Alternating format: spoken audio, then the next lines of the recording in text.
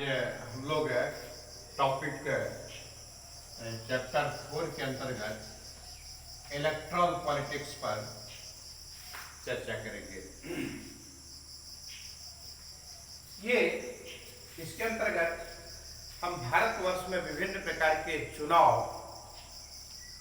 से संबंधित बात करेंगे कि चुनाव कैसे होता है, चुनाव क्या है, चुनाव क्यों कराए जाते हैं, इन तमाम बातों पर चर्चा करेंगे। तो सबसे पहले हम यह जान लें कि भारत के संविधान में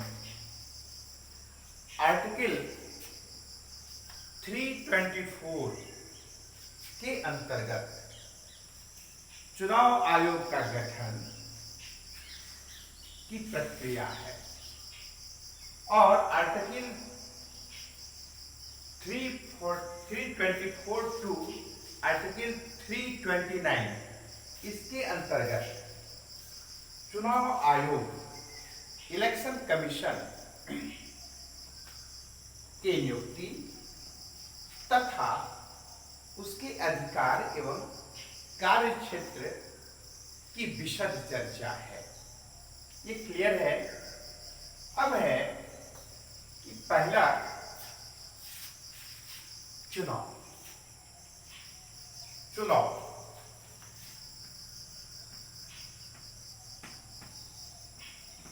क्यों?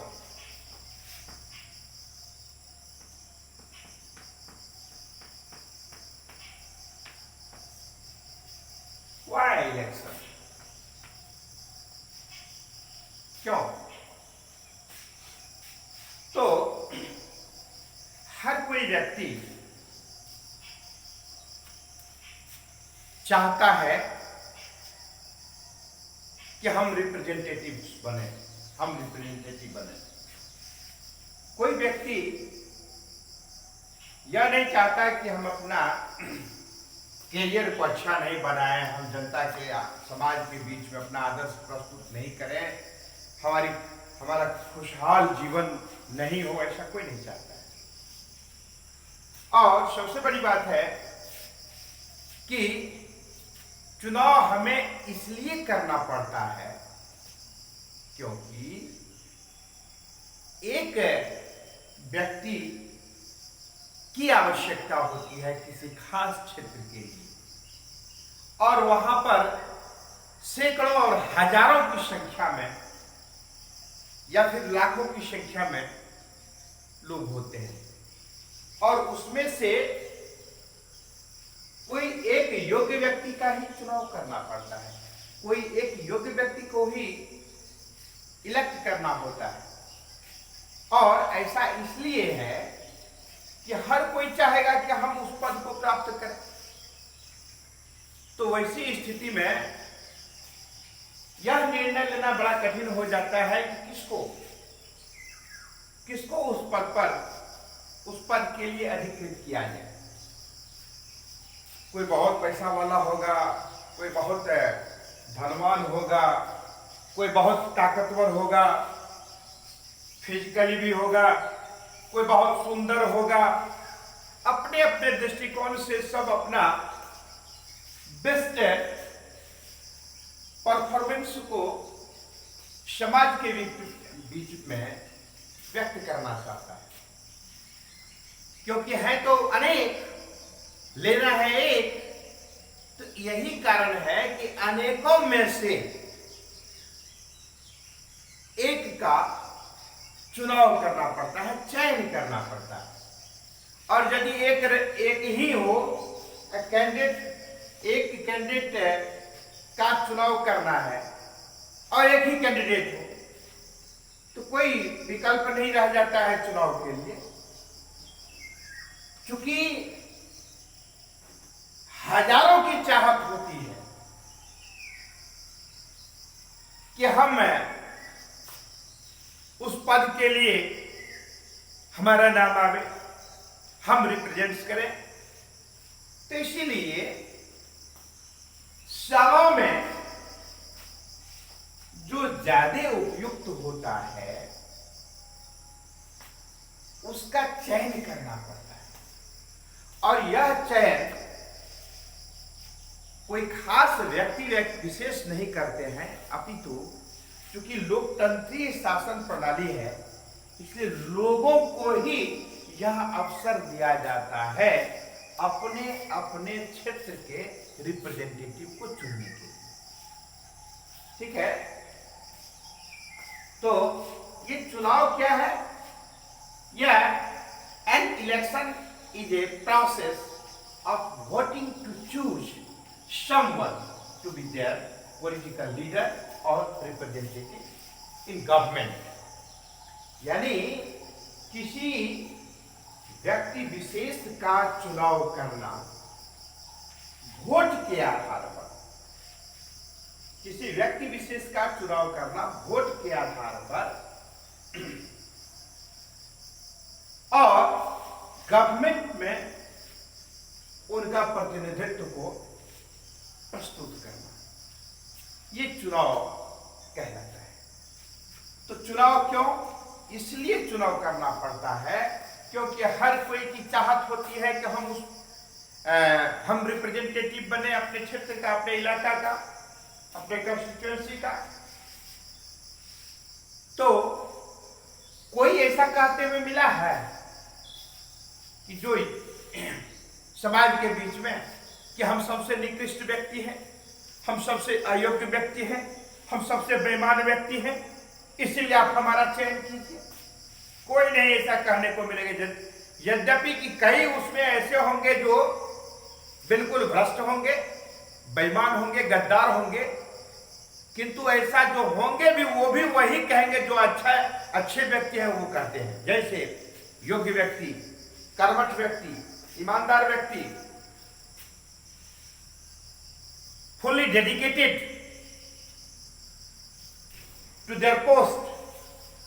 तो इस प्रकार से ढेर सारे शब्द हैं जिसका चयन कर करके जनता के बीच में परोसा जाता है कि भाई साहब आप हमको ही चुनिए, इसलिए कि हमसे ज्यादा, हमसे बेहतर कोई अन्य नहीं है, कोई अन्य उम्मीदवार नहीं है। क्यों भाई? क्योंकि हम आप ही के क्षेत्र के और कर्मठ, योग्य, ईमानदार, पूर्ण समर्पित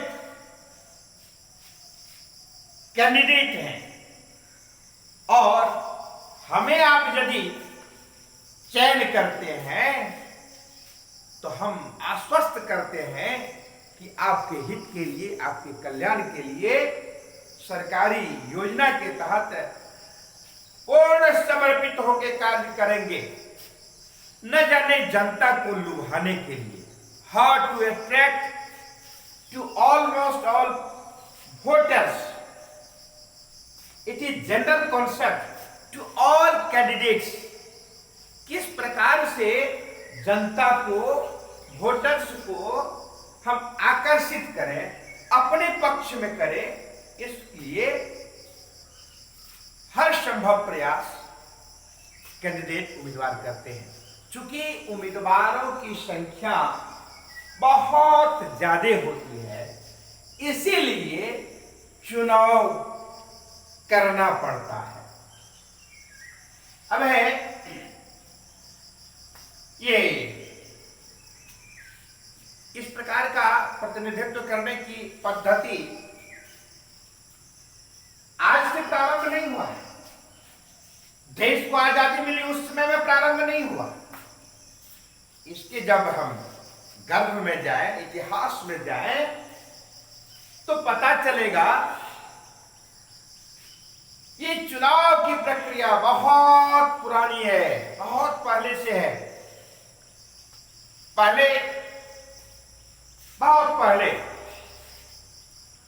जब विभिन्न कबीले में लोग रहते थे उसमें भी कबीला का सरदार हुआ करता था, उसमें चुनाव कराए जाते थे और सरदार वही होता था, प्रमुख वही होता था जो हर दृष्टिकोण से सामर्थ्यवान होता था और उसमें मसल पावर वगैरह ज्यादा महत्व रखता था। बाद के कालखंड में उसी का डेवलप राजतंत्र हुआ, इसीलिए आप लोग देखते होंगे कि राजतंत्र में राजा का संतान जब जन्म लेता था तो बहुत प्रारंभ से ही उनको विभिन्न प्रकार के युद्ध अस्त्र शस्त्र की शिक्षा दी जाती थी, ताकि उनके सामने में जो भी आए तो उनका मुकाबला वो आसानी से करके उन्हें परास्त कर सके। किंतु बाद के कालखंड में, वर्तमान समय में देश को जब आजादी मिली, उसके बाद का स्वरूप बदल गया और जनता महत्वपूर्ण हो गई है। इसमें रिप्रेजेंटेटिव्स, मुखिया, प्रमुख, प्रधान को चुनने के लिए, तो इस प्रकार की चुनाव करने की पद्धति प्रारंभ हुई और तब से अब तक जो सबसे बेहतरीन पद्धति के रूप में है कि हम अपने क्षेत्र से एक व्यक्ति को रिप्रेजेंट करें, वह वैसा व्यक्ति हो, वैसा कैंडिडेट हो जो वास्तव में जमीन से जुड़ा हो, जो वास्तव में जिसके हृदय में स्नेह, ममता, दया, करुणा, समर्पण आदि का भाव, जो वास्तव में अपने कर्तव्यों का निर्वहन पूरी ईमानदारी और निष्ठा से करते हो, ऐसे व्यक्ति का चुनाव जन सामान्य, जनता, वोटर्स, मतदाता करते हैं। और लेकिन ऐसा होता है कि पद पर आने के बाद कई ऐसे नेता होते हैं जो अपने कर्तव्य को भूल जाते हैं और समाज की सेवा के बदले में अपने ऐशो आराम की जिंदगी और सरकारी धन का दुरुपयोग करना प्रारंभ कर देते हैं। वैसी स्थिति में जनता जब महसूस करती है कि भाई हमने जिसका चयन किया है, चुनाव किया है, वो वास्तव में अपने कर्तव्यों पर खरा नहीं उतर पाया, इसीलिए वोटर्स क्या करता है, उसको बदल देता है।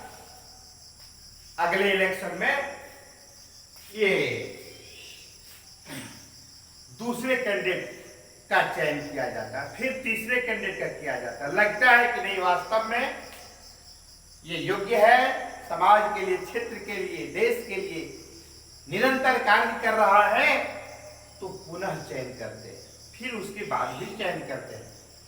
तो स्पष्ट यह है कि देश की जनता सर्वोपरि है, जो क्योंकि अपना देश बहुत व्यापक है, बड़ा है, और इसलिए इसको कई कंस्टिट्यूएंसी में बांट दिया गया और प्रत्येक कंस्टिट्यूएंसी से एक एक रिप्रेजेंटेटिव होते हैं जिसको उस क्षेत्र की जनता चुनती है और उन क्षेत्र के तमाम समस्याओं का निराकरण उस रिप्रेजेंटेटिव के माध्यम से होता है। और इसमें अब हम लोग चर्चा करेंगे। ये पहला यह है कि चुनाव क्यों, यह स्पष्ट हो गया क्योंकि हर कोई चाहता है कि हम रिप्रेजेंटेटिव बने, हम प्रतिनिधि बने, हम श्रेष्ठ हैं, कोई अपने को निकृष्ट नहीं करता है। तो उसी में क्योंकि ढेर सारे कैंडिडेट हो जाते हैं इस प्रकार से सेवा का कार्य करने के लिए, तो यही कारण है कि उनमें से कौन श्रेष्ठ है, जनता किसको ज्यादा पसंद करती है, इसके लिए वोटिंग करना पड़ता है, चुनाव करना पड़ता है। हम अपने देश में जो चुनाव की पद्धति है वह बेहद महत्वपूर्ण पद्धति है और बहुत ही आदर्श पद्धति है। इसमें किसी भी प्रकार की संशय किसी व्यक्ति विशेष को नहीं रह जाता है। उदाहरण अब है कि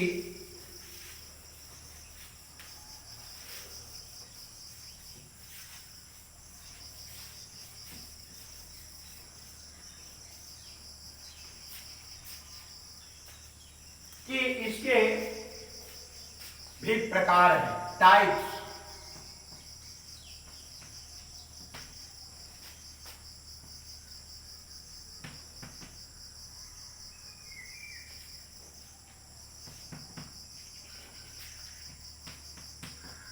एक होता है general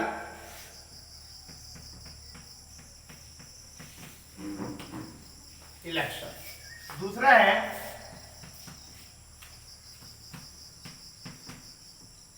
mid term election,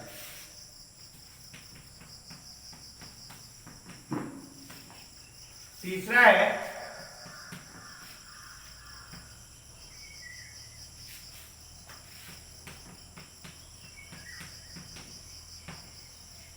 election. तो इस पर हम लोग चर्चा करेंगे। ये कौन करता है, ये चुनाव कौन कराते हैं? तो मैंने पहले ही कहा, चुनाव इलेक्शन कमीशन कराते हैं। मैंने नीचे में लिख दिया है, इलेक्शन कमीशन कराते हैं। तो इलेक्शन कमीशन, चुनाव आयोग, इसका जो सुप्रीमो होता है वो इलेक्शन कमिश्नर कहलाता है। और इस वर्तमान में जो इलेक्शन कमिश्नर है वो मिस्टर सुनील अरोड़ा है। आपको ध्यान में बात आनी चाहिए कि ये 23वां इलेक्शन कमिश्नर है। इससे पहले इस पर 22 ऐसे हैं जो इससे पहले इस पद को संभाल चुके हैं, इस पद पर रह चुके हैं। और 1950 ईस्वी में जब इसका गठन हुआ था, 1951 से यह कार्य करना शुरू किया। और फर्स्ट बार जब इलेक्शन हुआ था, आपको याद होगा, 1900 या पढ़े होंगे, 1951 ईस्वी में पहला जो चुनाव हुआ था, इसमें उस समय में जो फर्स्ट इलेक्शन कमिश्नर थे वो सुकुमार सेन थे। अब शायद एक बात और आपके दिमाग में आ रही होगी कि इसका चुनाव कौन करते थे, इनकी नियुक्ति कौन करते हैं, इलेक्शन कमिश्नर की नियुक्ति कौन करते हैं?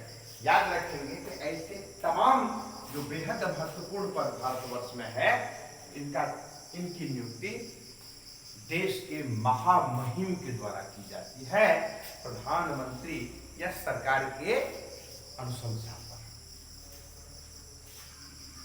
हमने एक वर्ड किया है, का प्रयोग किया है, महामहिम। आपको समझ में आ गया होगा, महामहिम एक ही व्यक्ति को हम लोग अलंकृत करते हैं शब्दों से। वो होते हैं भारत के प्रथम नागरिक। और भारत के प्रथम नागरिक कौन कहलाते हैं? भारत के राष्ट्रपति कहलाते हैं। यानी चुनाव आयोग में जो सर्वोच्च पद पर होते हैं, जो संपूर्ण देश के चुनाव की प्रक्रिया को कंट्रोल करते हैं, अपने हाथों में रखते हैं और विभिन्न प्रक्रियाओं के माध्यम से समय समय पर चुनाव कराए जाते हैं। तो इनका चुनाव, इनकी नियुक्ति राष्ट्रपति महोदय के द्वारा की जाती है। प्रथम क्या हुए? सुकुमार सिंह। वर्तमान में कौन है? सुनील अरोड़ा जी। और प्रथम महिला चुनाव आयोग जो वीएस रमा देवी के रूप में उन्होंने इस पद को सुशोभित की। ये भी आपको ये ध्यान रखना चाहिए। मन में एक बात और होगा कि कब तक रहते हैं, ये नहीं कि अनलिमिटेड है, यानी ये अधिकतम 65 वर्ष की आयु तक इस पद पर बने रह सकते हैं, अथवा उनका इधर का कार्यकाल 6 वर्षों का होता है।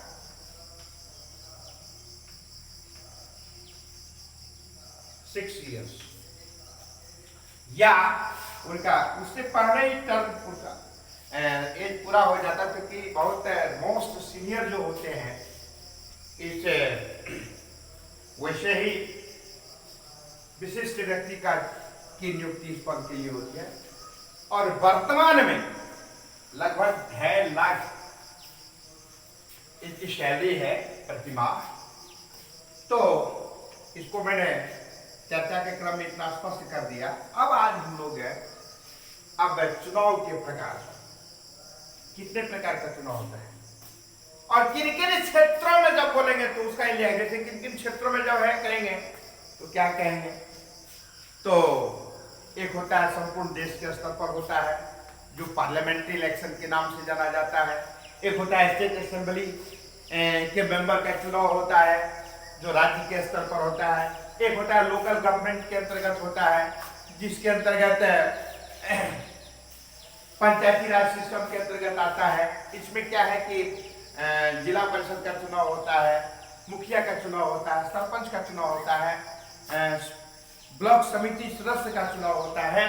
तो इस प्रकार से वार्ड सदस्य का चुनाव होता है। ये सारे विभिन्न क्षेत्र के आधार पर है।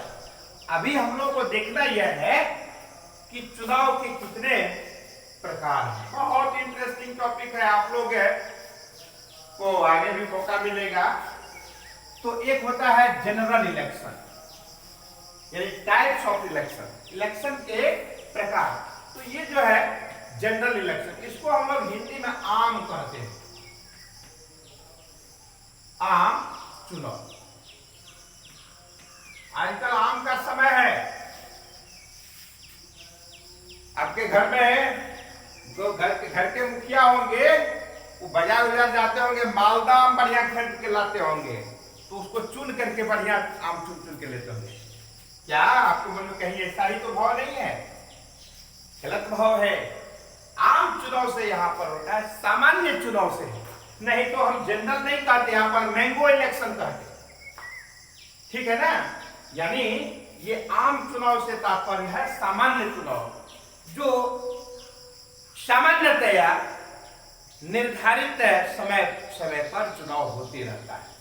इसको हम लोग आम चुनाव के रूप में जानते हैं, जनरल इलेक्शन के रूप में जानते हैं। मिड टर्म इलेक्शन जो बीच के कालखंड में चुनाव होता है, और फिर बाई इलेक्शन, उपचुनाव, आम चुनाव, मध्यावधि चुनाव और उपचुनाव। बहुत आसान है, अगले दिन हम लोग इस पर चर्चा करेंगे। एक ही वाक्य में जान लें, प्रत्येक 5 वर्षों पर होने वाला जो चुनाव होता है ये आम चुनाव होता है। इसके इतिहास को भी हम बताएंगे अगले दिन, बहुत आनंददायक है। प्रत्येक 5 वर्ष पर होने वाला चुनाव आम चुनाव होता है।